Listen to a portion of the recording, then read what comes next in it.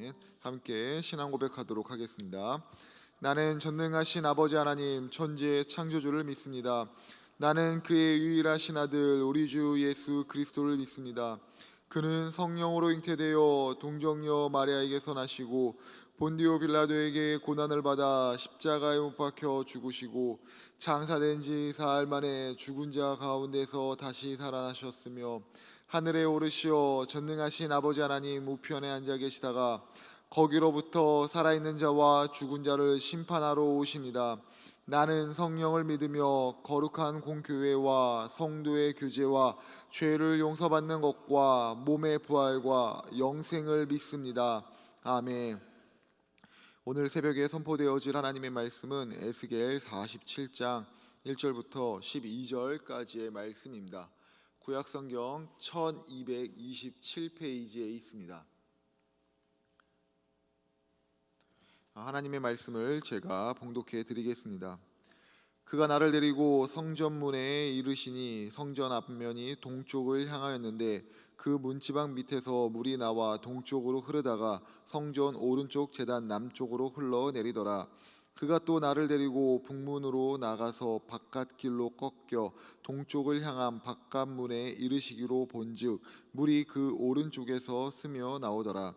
그 사람이 손에 줄을 잡고 동쪽으로 나아가며 천척을 측량한 후에 내게 그 물을 건너게 하시니 물이 발목에 오르더니 다시 천척을 측량하고 내게 물을 건너게 하시니 물이 무릎에 오르고 다시 천척을 측량하고 내게 물을 건너게 하시니 물이 허리에 오르고 다시 천척을 측량하니 물이 내가 건너지 못할 강이 된지라. 그 물이 가득하여 헤엄칠 만한 물이요 사람이 능히 건너지 못할 강이더라. 그가 내게 이르시되 인자야 내가 이것을 보았느냐 하시고 나를 인도하여 강가로 돌아가게 하시기로 내가 돌아가니 강 좌우편에 나무가 심이 많더라. 그가 내게 이르시되 이 물이 동쪽으로 향하여 흘러 아라바로 내려가서 바다에 이르리니 이 흘러내리는 물로 그 바다의 물이 되살아 나리라.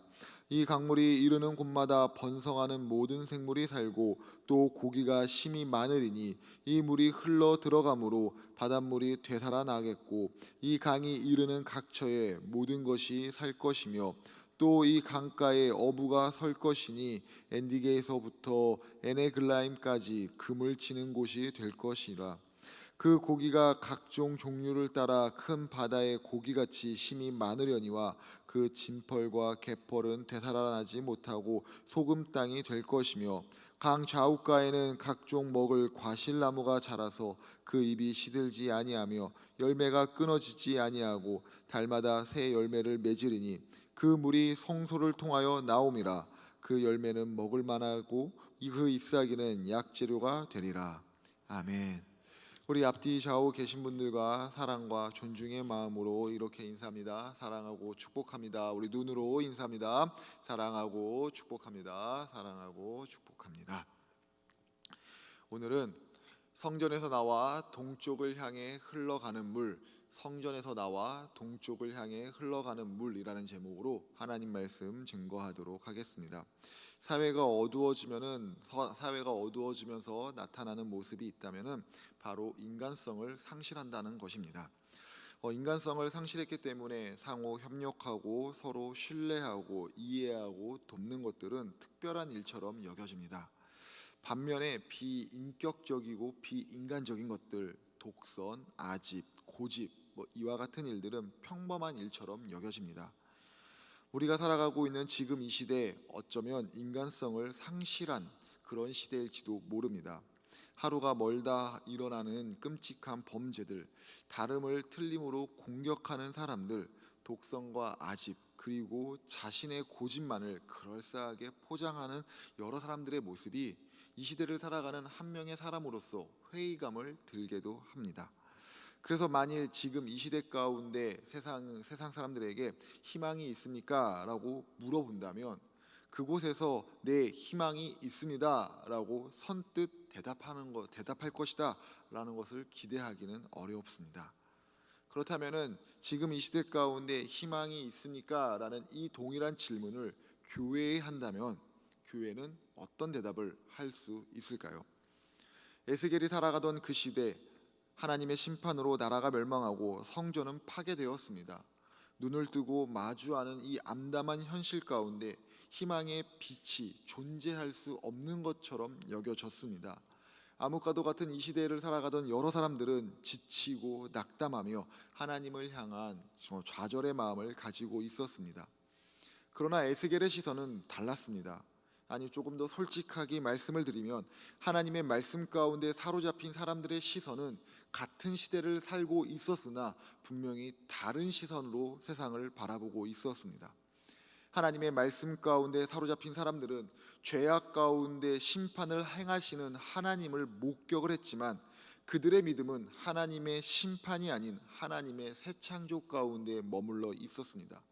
그렇기 때문에 말씀 가운데 사로잡혀서 하나님에 대한 믿음을 잃어버리지 않은 그 사람들은 늘 하나님께서 이루어 가시고 이루어 내시는 새 창조에 대한 기대감으로 희망으로 살아가고 있었습니다.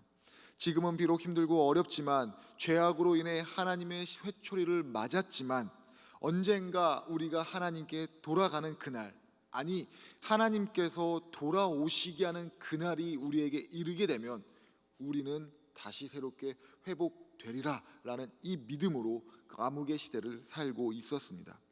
이러한 희망의 정점에 성전의 회복이 있습니다.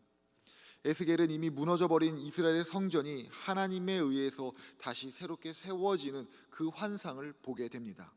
성전의 회복의 환상은 포로로 끌려와 온갖 고된 일을 하며 인간답게 살지도 못하고 죽지도 못했던 현실 가운데 버틸 수 있는 새로운 희망의 환상이었습니다. 그런데 성전의 회복의 환상은 단순히 사람의 손으로 건축물이 새롭게 지어진다는 것을 넘어선 의미를 가지고 있습니다.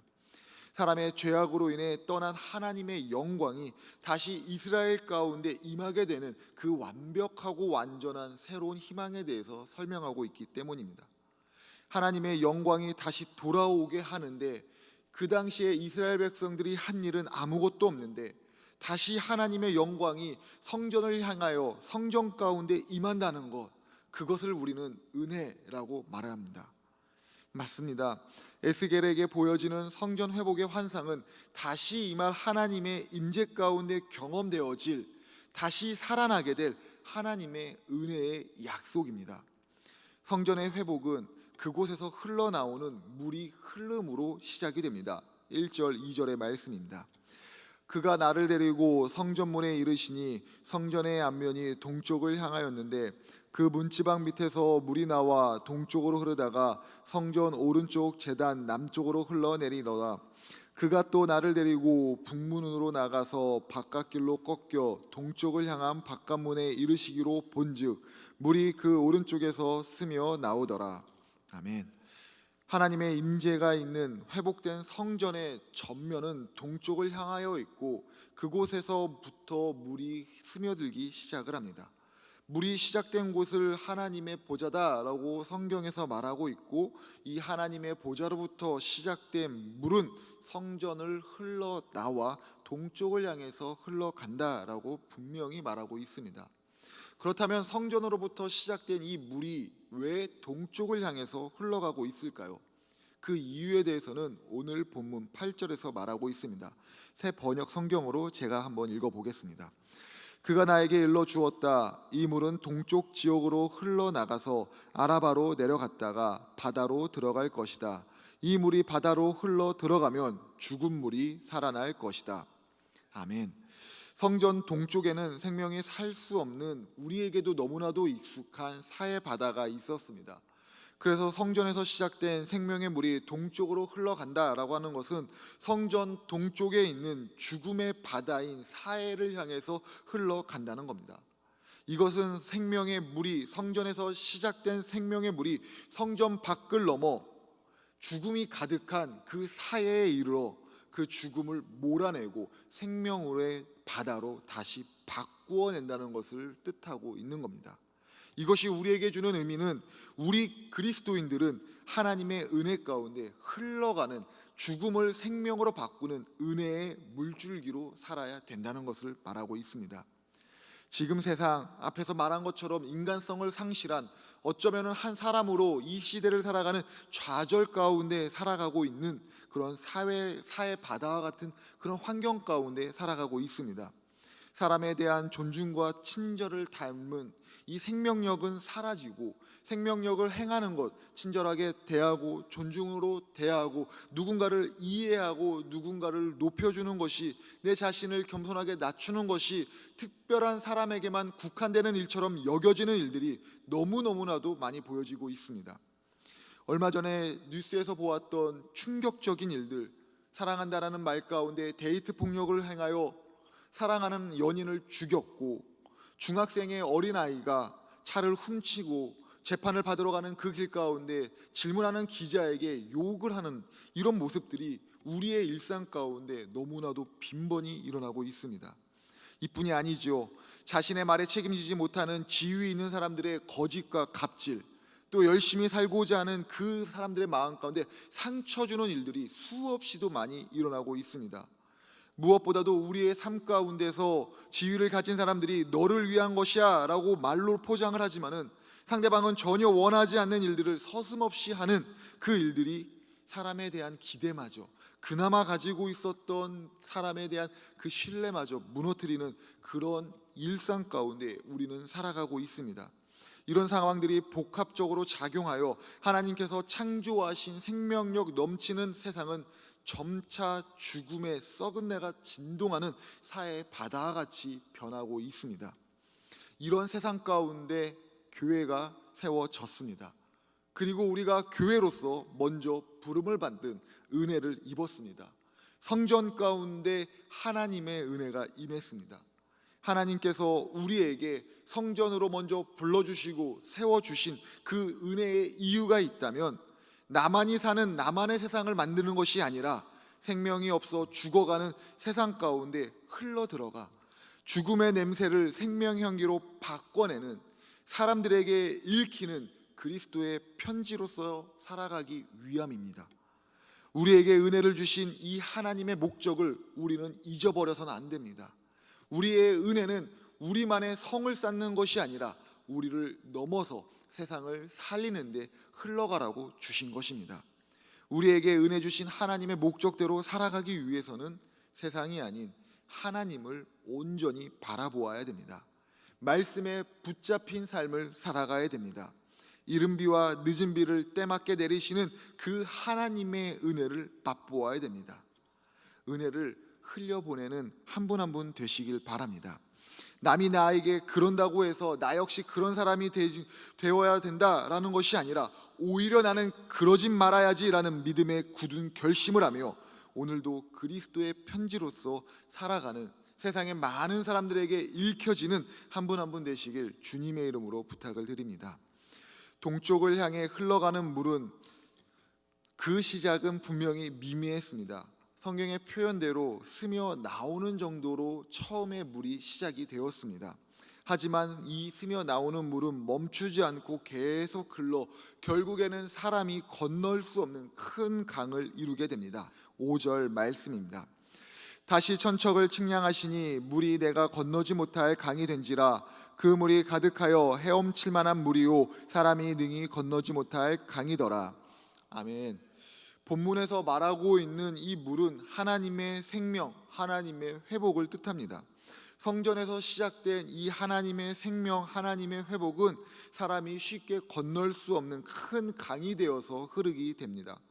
여기서 중요한 것이 있습니다. 하나님의 은혜, 사람을 살리는 이 물과 같은 하나님의 은혜는 서서히 그러나 지속적으로 임한다는 것입니다. 한번 샘솟고 맞는 샘처럼 임하는 것이 아니라 조금씩 흐르지만, 늦게 흐르지만 마르지 않는 샘처럼 계속 흐른다라는 것입니다. 우리에게 임하는 이 하나님의 은혜는 우리가 매일 찾고 맛볼 때 우리의 삶 가운데 조금씩 스며든다는 것을 뜻하는 것입니다. 하나님을 믿으며 대박을 꿈꾸는 사람들이 있습니다.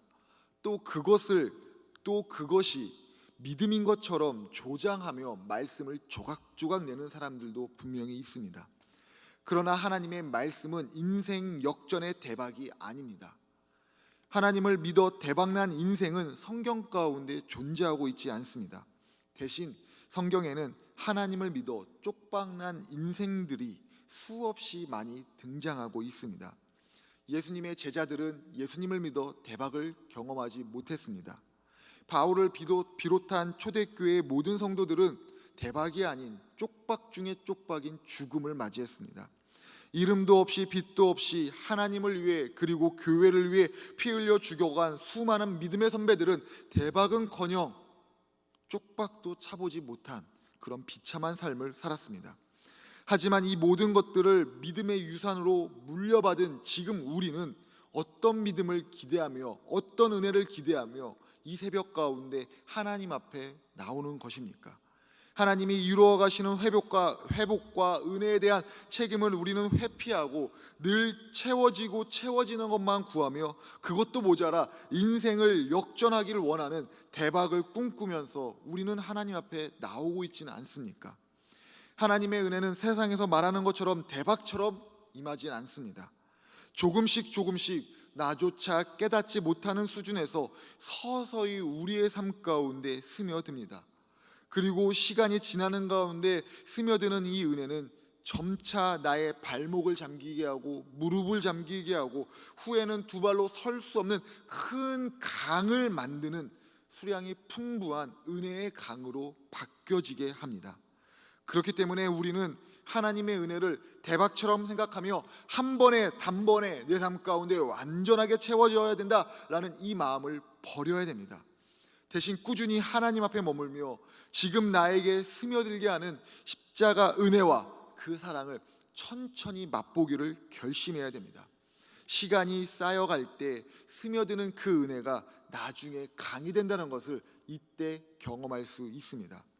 말씀 앞에 머물러 있기를 포기하지 마십시오. 말씀 앞에서 서서히 내게 스며드는 그 은혜를 지겹다라고 마음 먹지 마십시오. 대신 천천히 가고 단번에 오진 않지만은 천천히 스며드는 그 은혜 가운데 머물러 내 삶을 인도하시는 하나님과 한 걸음 한 걸음 걸어가시는 우리 모두가 되시길 부탁을 드립니다. 성전에서 시작된 물은 점차 많아져서 강을 이루어 결국에는 죽음의 곳에 이르러 그곳을 생명의 역사로 바꾸어냅니다. 그렇게 하나님의 물이 흘러 모여드는 곳에는 생명이 새롭게 되는 일들이 나타납니다. 8절 9절의 말씀입니다. 그가 내게 이르시되 이 물이 동쪽으로 향하여 흘러 아라바에 내려가서 바다에 이르리니 이 흘러내리는 물로 그 바다의 물이 되살아 나리라. 이 강물이 이르는 곳마다 번성하는 모든 생물이 살고 또 고기가 심히 많으리니 이 물이 흘러 들어가는 바닷물이 되살아 나겠고 이 강이 이르는 각처의 모든 것이 되살아 날 것이며. 아멘. 하나님의 물이 흘러가는 곳에 하나님의 생명이 시작이 됩니다. 죽음의 바다라고 불렸던 곳에 생명을 상징하는 생물들이 살아나게 되고 이 생명의 강이 흐르는 강 주변에는 잘 정돈된 생명이 풍부한 생명의 나무들이 깊이 뿌리 내어서 살아가고 있는 모습을 보게 됩니다. 서서히 스며드는 은혜가 죽음과 절망이 가득한 그곳을 생명력 가득한 아름다운 곳으로 바꾸어 놓은 것입니다.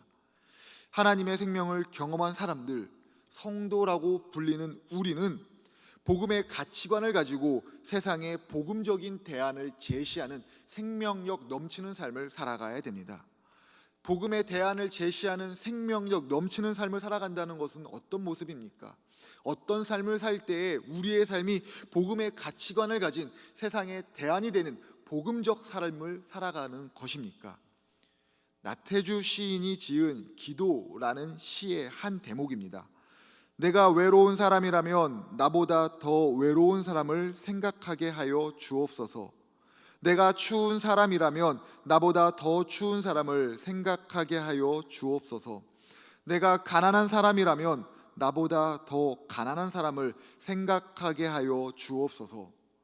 기도하는 사람의 모습에 대해서 나태주 시인은 나의 처지를 빗대어 남을 헤아릴 수 있는 사람으로 표현하고 있습니다. 하지만 우리의 실제 삶 가운데 기도하는 많은 사람들은 나의 처지를 남과 비교하며 자신을 비참하다라고 생각하는 경우가 허다하지요. 이런 생각이 확증으로 이르게 되면은 세상에서 가장 불쌍한 사람은 바로 내 자신이 됩니다. 은혜를 입은 사람으로 가장 멈춰야 될 생각이 있다면 바로 이것입니다. 나에 대한 연민, 내가 가장 불쌍하다는 이 생각을 멈춰야 됩니다. 왜 그렇습니까? 우리에게는, 아니 나에게는 아무런 이유 없이 생명의 강으로 살게 하시는 이 하나님의 은혜가 임했기 때문입니다. 그런데 사실 하나님의 은혜가 임했다는 이 말은 교회를 다니고 있는 성도들이라면은 누구나 다 동의할 수 있는 말인 것처럼 들려지지만은 누구나 다 동의하지는 못합니다. 종종 저에게 목사님, 제 삶은 아무리 찾아봐도 하나님의 은혜라는 것은 눈을 씻고 찾아봐도 결코 보이지 않습니다. 목사님, 하나님의 은혜가 임했다면은 지금 저는 왜 이런 모습으로 살아가고 있는 것입니까? 하나님의 은혜는 제게만은 임하지 않았습니다 라고 말하며 자신의 어려움을 토로하는, 울며 토로하는 청년들을 만날 때가 있습니다. 이런 질문을 만날 때, 이런 질문을 받을 때 제 마음은 편하지 않습니다. 동시에 저도 사람인지라 제게 임한 하나님의 은혜에 대해서 부정은 하진 않지만은 과연 무엇이 하나님의 은혜인가? 라고 자문하는 때를 만날 때가 너무나도 많이 있습니다. 어제 새벽 예배를 마치고 집으로 돌아가는 길 가운데 마음이 참 무거웠습니다. 한국교회 다음 세대 하나님의 영광, 하나님의 치유에 대한 걱정으로 무거워진 것이 아니라 아무리 봐도 변하지 않을 것 같은 현실의 높은 장벽 때문에 제 마음이 무거워졌습니다. 가만히 있어봐. 둘째가 20살이 되면은 내가 몇 살이지? 지금 내 통장에 얼마가 있지? 혹시 내가 지금 이렇게 살아가다가 잘못된다면은 우리 아내와 내 아이들은 어떻게 살아갈 수 있지? 코로나 시대를 지나는 가운데 교회는 점점 어려워진다라고 하는데 과연 목회만으로 내 삶이 유지될 수 있을까? 아니, 앞으로 목회는 할 수나 있을까? 라는 이런 현실의 문제들이, 현실의 모습들이 제 마음을 짓눌렀습니다. 답답한 마음은 이내 혼란스러움이 되어서 저를 어지럽게 했습니다. 어지러운 마음을 달래고자 책상에 앉아서 멍하고 있던 순간 제 마음을 스쳐가는 하나의 음성이 있었습니다. 은혜를 구하지 말고 믿음을 구해라. 도대체 이게 무슨 말입니까? 저는 목사지 않습니까? 믿음에 대해서 이미 논할 단계가 지난 목사인데 무슨 믿음을 구하라는 말입니까? 이 반발심이 고개를 들었지만은 이내 그 음성 가운데 회개했습니다. 맞습니다. 현실로 보여서 제 가슴을 답답하게 하는 이 문제는 믿음이 없어서 시작된 것입니다. 하나님을 믿는다라고 하지만은 실제 하나님을 믿지 못하는, 현실보다 크신 하나님이라고 외치지만은 현실보다 늘 작게 여겨졌던, 하나님을 그렇게 바라봤던 저의 믿음 없음에서 시작된 일들이었습니다. 복음의 가치관, 복음의 대안으로 살아가는 사람들의 삶은 어떤 모습이어야 되겠습니까? 하나님을 진짜로 믿는 사람으로 살아가는 것입니다. 대충 세상과 같이 살거나 세상을 철저히 무시하는 것처럼 하나님을 믿는 것이 아니라 정말 하나님을 믿는 사람으로 살아가야 되는 것입니다. 우리는 어떻습니까? 우리는 우리에게 임한 하나님의 그 은혜를, 아니 우리에게 은혜를 주시는 그 하나님에 대한 믿음이 진짜로 있습니까? 현실의 부조리 가운데 하나님께서 일하신다라는 이 믿음이 흔들리지 않고 있습니까? 하나님의 임재 가운데 생명을 살리게 하는 그 십자가의 은혜가 내게도 임했다라는 것을 확실하게 믿어지고 있습니까? 정말 나는 오늘 새벽에도 살아계신 하나님을, 그 하나님 앞에 간구함을 포기하지 않아야 된다라고 양심적으로 대답할 수 있겠습니까? 오늘 우리 모두에게 필요한 기도의 제목은 하나님을 믿는 믿음을 더하여 주옵소서입니다. 이와 같은 기도를 통하여, 믿음을 통하여 우리가 세상을 살리는 하나님의 대안, 복음적인 삶을 살아가는 생명의 역사를 일으키는 쓰임받는 한 분 한 분 되시길 주님의 이름으로 축복합니다.